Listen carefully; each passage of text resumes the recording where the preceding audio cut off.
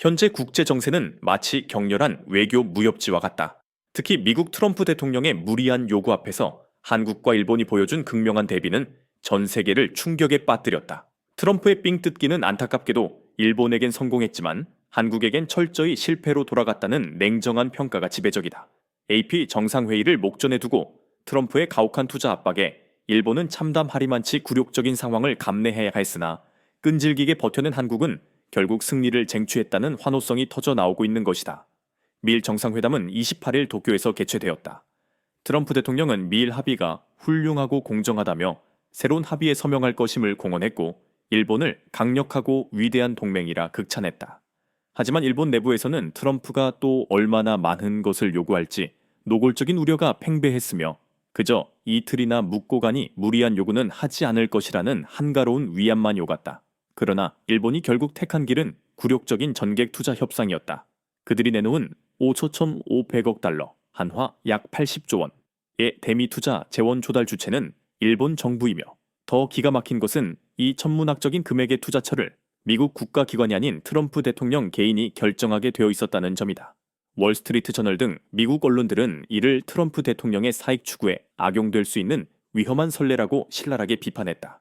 일본은 경제 규모가 큼에도 불구하고 800조 원에 달하는 현금 투자는 국가 경제에 막대한 타격을 입힐 것이라며 망연자실한 반응을 보였다. 반면 한국은 달랐다. 우리는 처음부터 일본과 같은 방식으로는 가지 않겠다는 단호한 입장을 견지하며 마치 유럽연합 EU과의 관세 협상처럼 미국을 역으로 압박하는 강경한 대치를 선택했다. 트럼프 대통령은 24일 아시아 순방길에 오르며 한미 무역 협상 타결이 매우 가깝다고 자신했지만 한국 정부는 대미 투자 패키지의 핵심 쟁점에 대한 양국 간 이견이 여전히 크다는 점을 강조하며 지연이 꼭 실패를 의미하지 않는다는 장기전의 각오를 내비쳤다. 심지어 스티븐 문우신 미 재무장관조차 27일 한국과의 무역협정 타결이 쉽지 않다고 토로할 정도였다. 한국은 29일 예정된 한미 정상회담에서 트럼프에게 결정적인 한 방을 날릴 준비를 치밀하게 진행하고 있었다.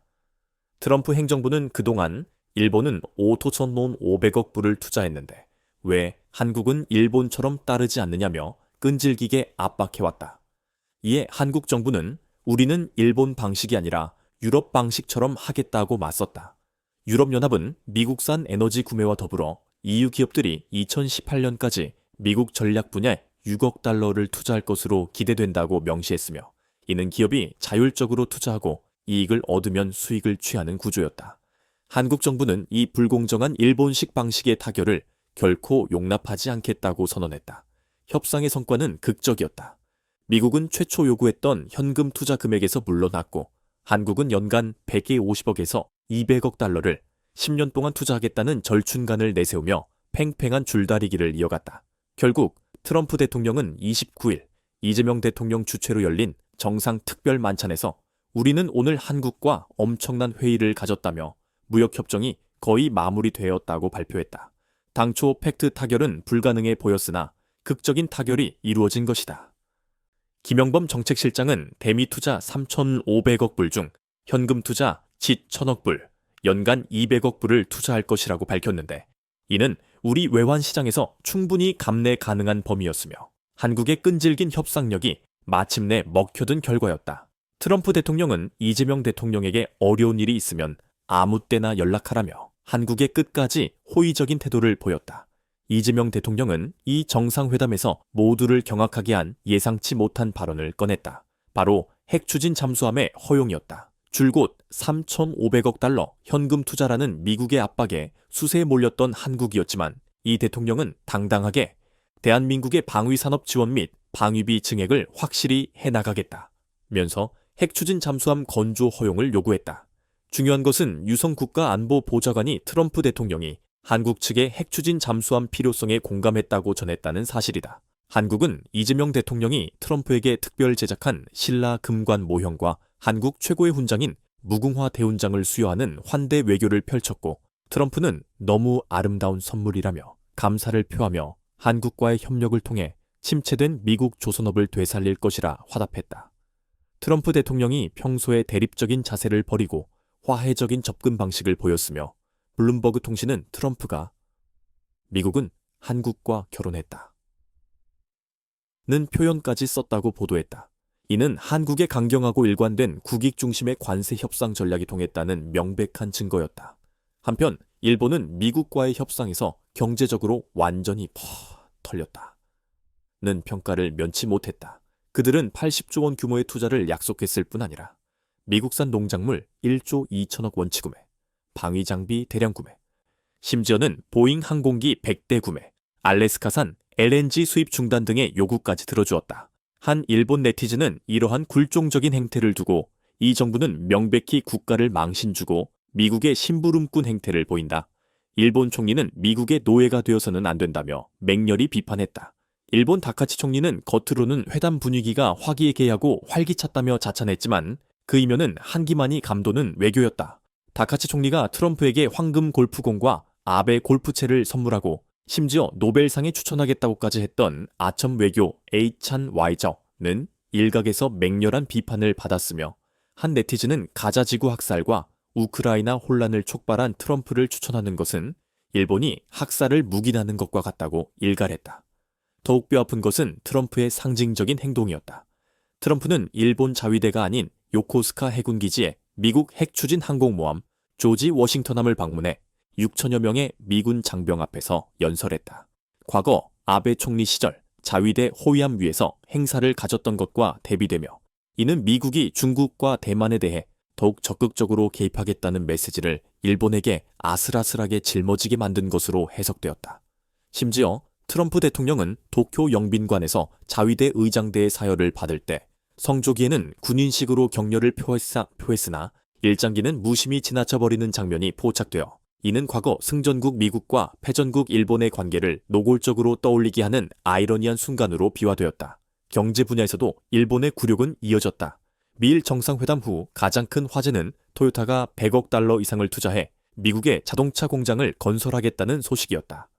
토요타 회장은 더 나아가 미국에서 생산한 차량을 일본으로 역수입해 일본 판매망에서 판매하는 충격적인 제안까지 내놓았는데 이는 일본 자동차 산업 전체를 흔들 수 있는 결정이었다.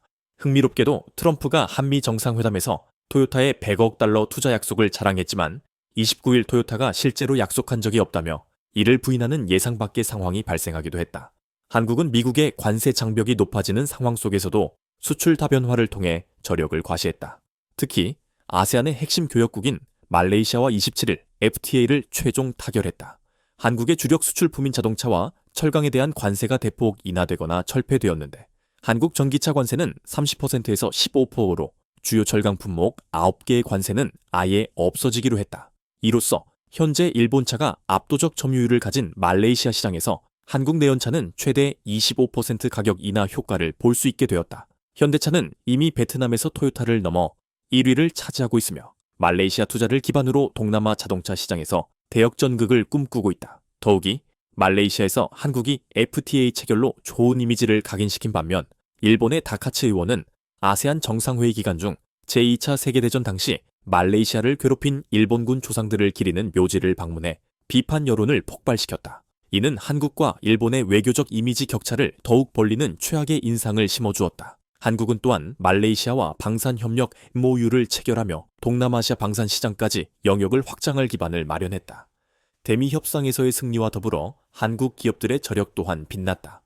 현대차는 미국 시장 부진을 상쇄하기 위해 유럽 시장을 공략했고 전기차 수요가 높은 오스트리아에서 9월 판매량이 전년 동기 대비 102% 증가하며 3위를 기록하는 쾌거를 이루었다. 미국은 중국을 견제하기 위해 반도체, 조선업 등 핵심 분야에서 한국의 도움이 절실한 상황이며 엔비디아의 젠슨 황 CEO는 15년 만에 방한을 앞두고 한국 국민을 기쁘게 할 발표가 있을 것이라 기대감을 높였다. 이 모든 긍정적인 요인들이 겹치면서 한국 증시는 전례 없는 호황을 맞았다.